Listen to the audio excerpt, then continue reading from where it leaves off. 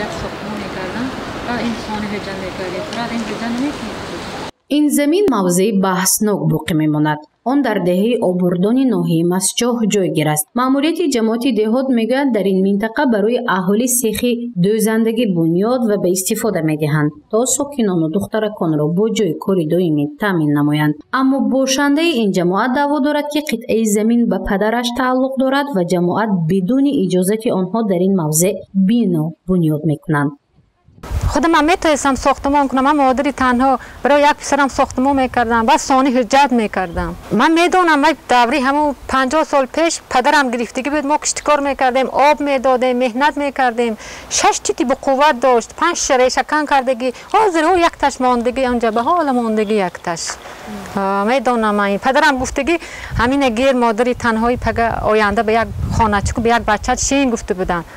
صنوبر سنگینова به عنوان شرکت تلویزیون و رادیوی سیمای مستقل یکم عریضه شکایتی نموده درخواست کرد تا مشکلات را بررسی نماییم. میگوید این قطعه زمین به پدرش تعلق دارد و بیش از 50 سال والدانش محض به همین زمین کشت و کاری میکردند، اما مسئولین جماعت بدون آگاهی در این موضع به بنیاد منزل آغاز کردند.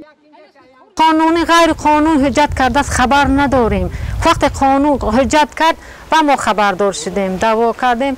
ناحیه مسجح حکومتی بوستان از ما رو نپرسید، یاردم نکرد. جماعت آبردن دوی مچسکه یاردم نکردن، عرض نپرسیدن. برای گرفتن حجت کردن این سیخ دوزندگی میگرد چیز میکرده، هیچ که عرض ما رو نپرسید، ما رو نگاه نکرد، ما رو به صاحب دید، آدمی کم بغل دید. مسئولین زمینسازی جماعت دهات آبردان بر آن نظرند که قطعه زمین از آن دولت بوده 4 ساتق را تشکیل میداد. تا امروز کسی برای از آن خودکنی حجت رسمی تصدیق کننده نداشت. از این رو آنها تصمیم گرفتند که یک موضع حدود جماعت را آباد نموده برای کسب آموزی دخترکان مساعدت نمایند، زیرا بعد بنیاد سیخ دوزندگی 20 نفر زنان و دختران با جای کاری دائمی تامین خواهند شد. این عریضه اساسناک نیست. وای زمین به یگان شخص تعلق نداشت، زمین در استفاده جماعت بود، یعنی به یگان شخص تعلق نداشت. زمین به یک صاحبکار با حقوق استفاده مهلتناک داده شد. صاحبکار در اون سیخ دوزندگی بنیاد میکنه. بنابر در حالت ساختمان بحث پیدا شدند، ساختمان باز داشته شده است. که همین بحث پره حل شود، باز ساختمان به دوام داده میشه. عریضه شکایتی که به ما آمده است سنه 30/03/2022 رسما به من اجازه شده است که این عریضه شکایتی ما قربانی کنیم. در مسجح آمدیم و فکری همون عریضه دهنده گرفتگی هستیم، فکری نماینده جماعت آبردان گرفتگی هستیم. همین چیز به فکر شما من خواستنی هستم چی بها میدهید از این مشکلات محترم رئیس آگاهی دارم.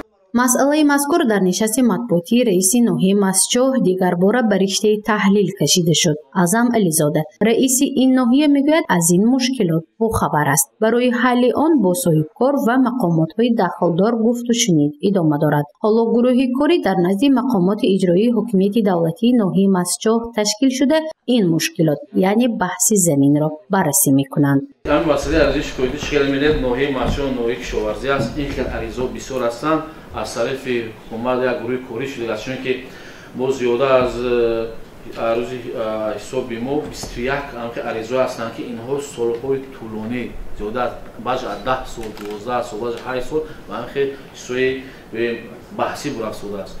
ما گروه کاری کردیم یک مهنده 4 تاش برطرف کردیم، رفته در سر زمین همه را جمع کرده با شروع مقامات قدرتی برطرف کرده. ما در روزهای نزدیک به فیلم جماعت مسجح تمام میکنیم با آبردان میگذاریم بررسی میشه در روزهای نزدیک. رئیس ناحیه مسجح اعظم علیزاده گفت که مشکلات مذکور نه تنها در جماعت دهاتی آبردان بلکه در دیگر منطقه ها نیز به چشم میرسد. هر هفته برای حل نمودن این گونه بحث ها کاربری میکنند. از این رو شکایتی صنوبر سنگینова نیز در روزهای نزدیک بررسی و حل خود را مییابد. اما به منفعت کی است هنوز معلوم نیست. زورشی مفنوشکور و نعیم جان ایوبов و نسیم رحیمов برای برنامه اطلاعاتی خبر.